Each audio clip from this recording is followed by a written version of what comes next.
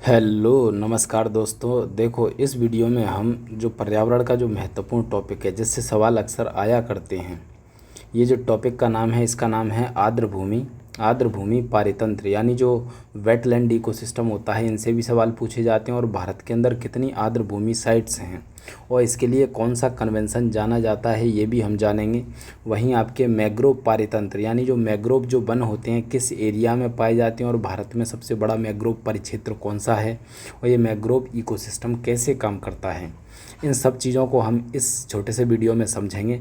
देखो, हम उसी चीज़ों को कवर कर रहे हैं जो एग्ज़ाम के लिए बहुत महत्वपूर्ण है, हम फालतू का डाटा कवर नहीं कर रहे हैं। तो देखिए, इस आज का जो हमारा टॉपिक है वो है हमारा आर्द्र भूमि संरक्षण और आपके मैंग्रोव पारितंत्र, इन दोनों चीज़ों को हम समझेंगे। तो देखते हैं इस लेक्चर में हमको क्या सीखने को मिलता है। देखिए, पहला है अपने पास के आर्द्र भूमियों के संरक्षण हेतु प्रयास कौन कौन से किए गए हैं। तो आर्द्र भूमियों के संरक्षण हेतु एक प्रयास किया गया था, रामसर सम्मेलन हुआ था 1971 में। ये जो रामसर शहर है किस देश का एक शहर है, तो ये ईरान का एक शहर है, रामसर शहर। ठीक है, ये भी आपसे पूछा जाए था कि रामसर का संबंध किस देश से है, तो रामसर का संबंध किससे है, ईरान से है। तो यहाँ 1971 में एक सम्मेलन हुआ था जिसका नाम था रामसर सम्मेलन। एक्चुअली ये हुआ था 2 फरवरी 1971 को हुआ था। ठीक है, किसके लिए हुआ था, तो आर्द्र भूमियों के संरक्षण के लिए। अब पहले ये बता दूं कि आर्द्र भूमि होती क्या है। तो देखो, इन चित्रों में आप देख सकते हो, जैसे ये पानी है, यहाँ पानी है और इस तरीके से ये ज़मीन से जुड़ा रहता है और ज़मीन इसके अंदर भी पानी रहता है। तो यहाँ पे क्या है, जीवों की विविधता ज़्यादा होती है, जैसे बतख है और आपके बगुला है, यहाँ पे आपके मेंढक है, केकड़ा है, मछली हैं, या फिर छोटे छोटे जैसे जानवर भी चले जाते हैं पानी पीने के लिए, तितली भी रहती हैं, मधुमक्खी भी रहती हैं। तो इसका मतलब ये देखा जाए कि जो जीवों की और जो पौधों की विविधता बहुत ज़्यादा है, इसीलिए इस क्षेत्र को जैव विविधता क्षेत्र माना जाता है। तो ये जो आर्द्र भूमि वाला एरिया है, वैज्ञानिकों ने सोचा कि या फिर देशों ने सोचा कि यहाँ पर तो जैव विविधता बहुत ज़्यादा है, तो इसके संरक्षण के लिए कुछ प्रयास करना चाहिए। तो इसी की दृष्टि से 1971 में आर्द्र भूमियों के संरक्षण के लिए रामसर सम्मेलन हुआ था। और ये रामसर कहाँ है, ईरान में है। ये कब हुआ था, 1971 में। यह समझौता 1975 से लागू हुआ था तथा भारत ने 1982 पर इसके हस्ताक्षर कर दिए। तो आपको ये भी पता होना चाहिए, रामसर सम्मेलन कब हुआ, 1971 में, समझौता लागू 75 से, और भारत हस्ताक्षर कब करता है, 1982 में। वर्तमान में ये जो रामसर कन्वेंशन है, इसमें कितने देश शामिल हैं, तो 172 देश शामिल हैं। तो ये भी आपको पता होना चाहिए। ठीक है, वहीं आपके विश्व आर्द्र भूमि दिवस कब मनाया जाता है, तो विश्व आर्द्र भूमि दिवस आपके 2 फरवरी को मनाया जाता है। मैंने अभी बताया कि 2 फरवरी 1971 को ये सम्मेलन हुआ था। 2019 में ये जब मनाया गया था आर्द्र भूमि दिवस, तब उसका जो विषय था, थीम थी, वो क्या थी, आर्द्र भूमियाँ एवं जलवायु परिवर्तन। तो आपको पता होना चाहिए कि 2 फरवरी को विश्व आर्द्र भूमि दिवस मनाया जाता है। अंग्रेजी में इसको वर्ल्ड वेटलैंड डे कहते हैं। ठीक है, तो इतना आपको पता होना चाहिए। वहीं आपके नेक्स्ट स्लाइड पे देखते हैं, इस स्लाइड से हमको इतनी जानकारी मिलती है। वहीं नेक्स्ट स्लाइड पे देखते हैं कि भारत के अंदर जो आर्द्र भूमि साइट्स हैं, अब वो कितनी है वो आपको पता होना चाहिए। जैसे आपको पता होना चाहिए जो आर्द्र भूमि साइट हैं, वर्तमान में भारत में आपके 100 आर्द्र भूमि साइट हैं। 2026 जून तक का ये डाटा है, यानी 2026 जून तक भारत में कितनी आर्द्र भूमि साइट्स हैं, 100 आर्द्र भूमि साइट है। जो 100वीं जो आर्द्र भूमि साइट है, 100वीं, वो है आपके, उसका नाम है आपके जयप्रकाश नारायण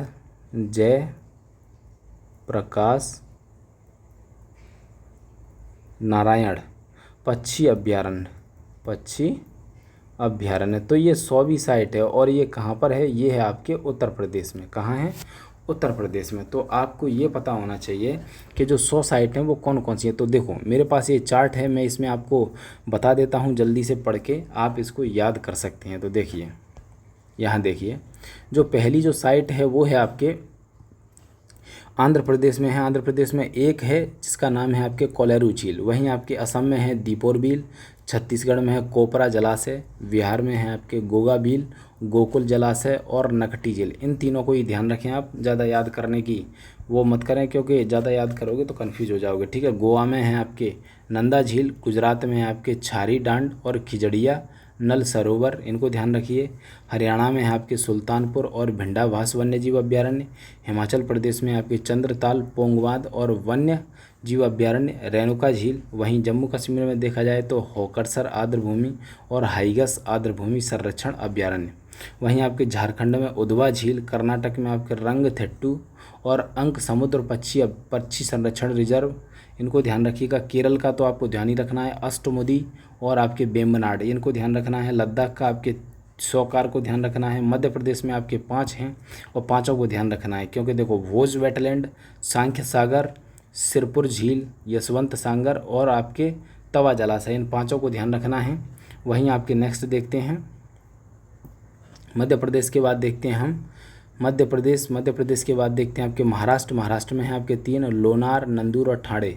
वहीं मणिपुर में है लोकटक, बहुत इंपॉर्टेंट, वेरी वेरी इंपॉर्टेंट, ये आपके पूछा जाता है। तैरता हुआ नेशनल पार्क कौन सा है? लोकटक है, और ये आपके वेटलैंड साइट्स भी है। तो मिजोरम में है आपके पाला आर्द्रभूमि, उड़ीसा में आपके आंसुपा झील, भीतरकनिका, इसको ध्यान रखिए। वहीं चिल्का को ध्यान रखिए, हीराकुंड को ध्यान रखिए और सतकोसिया को ध्यान रखिए। वहीं पंजाब में आपके ब्यास संरक्षण रिजर्व है, हरके बैराज है, केशोपुर मियानी सामुदायिक रिजर्व है। वहीं आपके राजस्थान में आपके केवलादेव है, सामर झील है, खीचन वेटलैंड है, इनको ध्यान रखिए। सिक्किम में आपके खैचे ओ पालरी आर्द्रभूमि है, एक ही है। तमिलनाडु में आपके 20 हैं, जो कि सबसे ज़्यादा हैं भारत के किसी भी राज्य में, ठीक है। तो तमिलनाडु में आप ध्यान रखिए चित्रागुड़ी को ध्यान रखिए। वहीं आपके मन्नार की खाड़ी को ध्यान रखिए। उसके बाद आपको ध्यान रखना है आपकी पीचा, इसको ध्यान रखिए, पीचावरम, ये पूछा जाता है पीचावरम। उसके बाद पॉइंट कैलीमरे को ध्यान रखिए। उसके बाद देखा जाए तो नारायण पक्षी अभ्यारण्य को ध्यान रखिए, नजरायण पक्षी अभ्यारण्य को ध्यान रखिए, काजू वैली पक्षी अभयारण्य को ध्यान रखिए। उसके बाद आपके थंगल पक्षी अभ्यारण्य को ध्यान रखिए। त्रिपुरा का एक है रुद्र सागर झील, वेरी वेरी इंपॉर्टेंट, ये भी पूछा जाता है। कुछ इंपॉर्टेंट हैं, जैसे आपके मणिपुर का लोकोटक झील हुआ, त्रिपुरा का रुद्र सागर झील हुआ, तमिलनाडु का ये पीचावरम हुआ। उसके बाद मध्य प्रदेश के तो पाँचों भी इंपॉर्टेंट हैं। उसके बाद केरल का आपके अष्टमुदी हुआ, वेम्बनाड हुआ, ये सारे इंपॉर्टेंट है। वहीं उत्तर प्रदेश के देखा जाए, उत्तर प्रदेश में क्या है, एक है ये पटना पक्षी अभ्यारण्य, इसको ध्यान रखिएगा, पटना के नाम से पटना मत लगा देना। तो पटना पक्षी अभ्यारण्य कहाँ है? उत्तर प्रदेश में। वहीं आपको हैदरपुर वेटलैंड याद रखना है, नवाबगंज पक्षी अभ्यारण्य ध्यान रखना है। उसके बाद आपके समान पक्षी अभ्यारण्य भी ध्यान रखना है, समसपुर पक्षी अभ्यारण्य भी ध्यान रखना है। उसके बाद ऊपरी गंगा पूछा जाता है, शेखा झील पक्षी अभ्यारण्य ध्यान रखना है। और ये जयप्रकाश नारायण पक्षी अभ्यारण्य, ये जो हाल ही में आपके 100वीं रामसर साइट घोषित की गई है भारत की, तो इसको तो ध्यान रखना ही रखना है। वहीं आपके उत्तराखंड में आसन बैराज है और पश्चिम बंगाल में आपके सुंदरबन वेटलैंड को ध्यान रखना है। तो इतनी सारी जानकारी आपको इनमें से पता होना चाहिए। वहीं आपके नेक्स्ट और देखते हैं, तो देखो भारत में कुल 100 रामसर साइट हैं, ठीक है। सबसे अधिक मिलेंगे आपके तमिलनाडु में, और उसके बाद नंबर आता है उत्तर प्रदेश का। जो तमिलनाडु में है सबसे अधिक हैं, 20 रामसर साइट हैं, जिनमें आपके पीचावरम महत्वपूर्ण है, जिनमें आपकी चित्रागुड़ी भी है और आपके बुडुबूर पक्षी अभ्यारण्य भी है। उत्तर प्रदेश में 13 रामसर साइट है। जो 100वीं रामसर साइट है जो घोषित की गई है, पूछा जाएगा आपके जयप्रकाश नारायण पक्षी अभ्यारण्य है। वहीं अन्य राज्यों में देखा जाए तो देखो पश्चिम बंगाल का जो सुंदरवन है सबसे बड़ा संरक्षित क्षेत्र है। इसके अलावा उड़ीसा का जो चिल्का झील है, राजस्थान का केवलादेव है, गुजरात का छारी ढांड है और मध्य प्रदेश का यशवंत सागर है जो कि इंदौर में है। जैसे राज्यों में भी इनका विस्तार है। और भारत को देखा जाए तो भारत रामसर कन्वेंशन के तहत कुल 100 स्थलों के साथ दुनिया में आपके तीसरे नंबर पर, तो ये भी आपको पता होना चाहिए। तो ये हमारी महत्वपूर्ण जानकारी तो जो हमने इस स्लाइड से प्राप्त करी। वहीं आपके नेक्स्ट स्लाइड में देखते हैं, नेक्स्ट देखो आर्द्रभूमि पारेतंत्र, यानी आर्द्रभूमि जो पारेतंत्र होता है, यानी जो वेटलैंड इकोसिस्टम होता है, वो कैसे काम करता है। तो देखिए आर्द्र भूमियों को क्या कहते हैं? भूदृश्यकीय किडनी कहा जाता है, यानी भूदृश्यकीय गुर्दे या किडनी कहा जाता है। ये गुर्दे या किडनी क्यों कहते हैं वो मैं अभी बताता हूँ। जिस प्रकार हमारे शरीर में रक्त को शुद्ध करने का कार्य क्या करते हैं? किडनी करते हैं, उसी प्रकार जो आर्द्र भूमि जलचक्र द्वारा जल से प्रदूषकों को निष्कासित करने का कार्य कौन करते हैं? ये आपके जो ये बने हुए हैं, ये छोटे छोटे आपके वेटलैंड, यही आपके जल को शुद्ध करने का काम करते हैं। एक समृद्ध खाद्य जाल समृद्ध जैव विविधता का सूचक होता है, क्योंकि आर्द्र भूमियाँ व्यापक खाद्य जाल को निर्माण करती हैं, इसीलिए इसे जैविक सुपरमार्केट भी कहते हैं। तो ये भी आपसे पूछा जाएगा कि जैविक सुपरमार्केट किसे कहते हैं, तो ये आर्द्र भूमियों को जैविक सुपरमार्केट भी कहते हैं। अब पहले ये जान लो कि ये पानी को कैसे स्वच्छ करती है। तो देखो, पानी में जब भी कचरा होता है तो कचरा इन लहरों के साथ आके इन्हीं किनारों पे इकट्ठा हो जाता है, तो वहीं पे इकट्ठा होकर ये पानी साफ़ हो जाता है। और जैसे कचरा है, इससे आपके पानी यहाँ से निकला तो बीच में से भी आपके एक जाली का काम करेगा, तो कचरा यहाँ इकट्ठा हो जाएगा, तो पानी एकदम साफ स्वच्छ बना रहता है। इसीलिए इसको आर्द्र भूमियों को हम भूदृश्य की किडनी भी कहा जाता है। आर्द्र भूमियों के प्रमुख लाभ क्या मिलेंगे, तो देखो, जल को शुद्ध करके प्रदूषकों को हटाती है। मैंने बताया अभी कि जाली का काम कर देते हैं और उससे प्रदूषक हट जाते हैं। वहीं आपके जैव विविधता का संरक्षण करती हैं, क्योंकि बहुत सारे जीवों की विविधता होती है। बाढ़ नियंत्रण एवं जल संचयन में सहायक होते हैं। मृदा अपरदन को रोकती हैं, यानी मिट्टी को बांधे रखती है, मिट्टी एक जगह से दूसरी जगह नहीं जा पाती हैं। कार्बन अवशोषण कर जलवायु परिवर्तन कम भी करती हैं। मत्स्य पालन और आजीविका का स्रोत प्रदान करती हैं। ठीक है, तो आर्द्र भूमियों के अगर प्रकार देखना चाहो तो प्रकार होते हैं, दलदली आर्द्र भूमि होती है, दलदली वन भी होते हैं, पीटलैंड भी होते हैं, मैग्रोव जो वन होते हैं ये भी आर्द्र भूमियों के अंतर्गत ही आते हैं, जो समुद्र के किनारे पर होते हैं। वहीं झीलें एवं झील तटीय क्षेत्र भी इसी में आते हैं। आर्द्र भूमियाँ जैविक सुपरमार्केट कहते हैं। इसका ये फूड चैन है, जैसे उत्पादक प्रोड्यूसर, उसको प्राथमिक उपभोक्ता खाएंगे, द्वितीयक उपभोक्ता खाएंगे और फिर तृतीयक उपभोक्ता खाएंगे। तो इसीलिए आर्द्र भूमियों को क्या कहते हैं, क्योंकि यहाँ तीनों इस चारों चीज़ मिल जाएंगी। देखो, भोजन भी बनेगा, वहाँ प्राथमिक उपभोक्ता भी मिलेंगे, इनको खाने वाली मछलियाँ भी मिलेंगी यानी द्वितीयक उपभोक्ता, और इनको खाने वाले आपके और पक्षी मिलेंगे। तो ये चारों पांचों चीज़ आपके एक ही जगह मिल जाती हैं हमको, कहाँ, आर्द्र भूमि वाले स्थान पर। तो इसीलिए आर्द्र भूमियों को क्या कहते हैं, जैविक सुपरमार्केट कहते हैं, क्योंकि यहाँ जो जीव जंतु हैं ना बहुत ज़्यादा हैं। ठीक है, और सारी जो खाद्य जाल है वहाँ का एक अलग ही निर्मित हो जाता है, तो इसीलिए इसको क्या कहते हैं, जैविक सुपरमार्केट कहते हैं। वहीं आपकी नेक्स्ट स्लाइड पे देखते हैं। नेक्स्ट स्लाइड है हमारी मैग्रोव वन के बारे में। तो देखो, मैग्रोव वन क्या होते हैं, ये समुद्र के किनारे पर होते हैं। ऐसी लंबी लंबी जड़ें होती हैं इनकी, जो कि आपके आधी ज़मीन में रहती है और ज़मीन से भी ऊपर आ जाती हैं ये। ठीक है, ये दलदली क्षेत्र में रहती हैं, ऊपर उठी हुई जड़ें रहती हैं, वायवीय ऑक्सीजन से संतुलन कर लेती हैं, यानी नीचे जब ऑक्सीजन की आपूर्ति नहीं हो पाती तो ये जड़ें ऊपर आ जाती हैं और जो वायु में जो ऑक्सीजन है उससे संपर्क कर लेती हैं। तो देखो, मैग्रोव के बारे में आपको पता होना चाहिए कि जो मैग्रोव वन होता है दलदली क्षेत्र में उत्पन्न होते हैं, जहाँ मृदा में ऑक्सीजन की कमी होती है। ठीक है, ऑक्सीजन की कमी होती है तो वहाँ उग जाते हैं। इस प्रकार से ये जड़ों वाले होते हैं। इस समस्या से निपटने हेतु मैग्रोव की जड़ें अतिरिक्त प्रसार करती हैं, यानी ये जो मैग्रोव पौधे होते हैं इनकी जड़ें बहुत लंबी लंबी होती है तथा कभी कभी सतह के ऊपर भी आ जाती है, यानी ज़मीन से निकल के ऊपर आ जाएंगे और वायवीय ऑक्सीजन से संतुलन अथवा अनुकूलन प्राप्त करती हैं। यानी जड़ें ऊपर आएंगी तो वायु में जो ऑक्सीजन है उससे संपर्क कर लेती हैं और उससे ये अपना वायवीय संतुलन चालू कर देती है। मैग्रोव में क्या होता है, जरायुजता के गुण पाए जाते हैं। अब देखो, जरायुजता का मतलब ये होता है कि जिसके अंतर्गत बीजों का अंकुरण पेड़ पर लगे फलों में ही हो जाता है। देखो, ये जो मैग्रोव वन है इस क्षेत्र में देखो, ये देखो, ये पेड़ में फल लगे हुए हैं, इसी पे अंकुरण चालू हो जाता है। तो जब अंकुरण फलों पर ही चालू हो जाता है, इस गुण को कहते हैं जरायुजता का गुण। ठीक है, यानी जो अंकुरण है मिट्टी में नहीं होता है, वो अंकुरण फल में ही हो जाता है, ऊपर ही। फिर एक गिर जाते हैं तो दूसरा पौधा उगाता है। मैग्रोव वन अपनी लंबी जड़ों के कारण मृदा को बांधे रखते हैं, जिससे बाढ़ के समय मिट्टी को बहने से रोकते हैं। देखो, आपको पता ही है कि जड़ें इसकी कितनी हैं, बहुत ज़्यादा हैं, तो मिट्टी को बांधे भी रखते हैं। ठीक है, देखो, मैग्रोव वनस्पतियों में विभिन्न प्रकार के जीवन के लिए हनीमून स्पॉट के रूप में कार्य करते हैं। तो मैग्रोव जो वन होते हैं, जो जीव जंतु वगैरह होते हैं आसपास के, वो इसमें मीटिंग करने के लिए आ जाते हैं, मीटिंग करते हैं।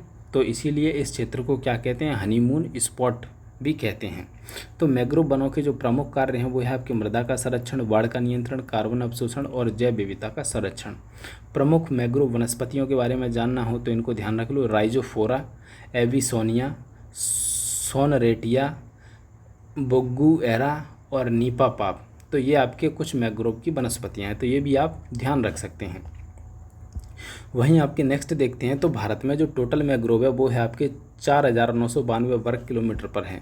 मुख्य रूप से देखा जाए तो जो समुद्र के किनारे वाले एरिया हैं, जहां आपके समुद्र है, तो समुद्र के किनारे वाले एरिया हैं वहां पर आपके क्या हैं, आपके मैग्रोव वन मिलेंगे। ठीक है, जो नीचे वाला एरिया जिनमें आपके पश्चिम बंगाल है, उड़ीसा है, तमिलनाडु है, केरल है, कर्नाटक है और यहाँ गुजरात। ठीक है, तो देखा जाए तो ये कहाँ मिलेंगे, देखो, पश्चिम बंगाल में, गुजरात में, अंडमान और निकोबार द्वीप समूह में, क्योंकि यही आपके जलमग्न क्षेत्र हैं। पश्चिम बंगाल में देखा जाए तो देश का सबसे बड़ा मैग्रोव क्षेत्र यहीं है, जो कुल मैग्रोव आवरण का लगभग 82% हिस्सा है। जो सुंदरबन का डेल्टा है यहाँ जो कि आपके ब्रह्मपुत्र और गंगा नदी के मिलन पर है। तो वहाँ पर जो सुंदरबन का डेल्टा है सबसे बड़ा मैंग्रोव क्षेत्र है। गुजरात दूसरा सबसे बड़ा मैंग्रोव क्षेत्र है। देखो ये समुद्री किनारे हैं, दोनों ही राज्य समुद्री किनारे पर हैं, जो लगभग 23% हिस्सा समेटे हुए, यानी 42% सुंदरबन और 23% हिस्सा गुजरात। वहीं अंडमान निकोबार देखा जाए तो यहाँ द्वीप समूह के तटीय इलाकों में सघन मैंग्रोव वन पाए जाते हैं। अन्य राज्यों में देखा जाए तो देखो भीतरकनिका कहाँ मिलेगा, उड़ीसा में, गोदावरी कृष्णा डेल्टा जहाँ आंध्र प्रदेश में है, वहीं तमिलनाडु में पीचावरम, महाराष्ट्र, गोवा और केरल में भी छोटे छोटे तटीय मैंग्रोव वन क्षेत्र पाए जाते हैं। तो इस प्रकार से हमने अपने इस वीडियो में आर्द्र भूमि और मैंग्रोव पारितंत्र को समझा। तो आपने देखा कि हमने टू द पॉइंट बात करी। हमने कैसे बात करी? टू द पॉइंट बात करी, सिर्फ जो ज़रूरी है उसी पे आपके डिस्कस किया गया। फालतू का हमने समय बर्बाद नहीं किया, जो मेन चीज़ थी वही हमने डिसाइड की हैं और वही आपको बताया है। ठीक है, तो एकदम टू द पॉइंट जानकारी चाहिए तो आप हमारे चैनल को सब्सक्राइब कर लीजिए और जो इम्पोर्टेंट है मैं आपको बताता ही जाता हूँ। ठीक है, तो मिलते हैं अगले वीडियो में।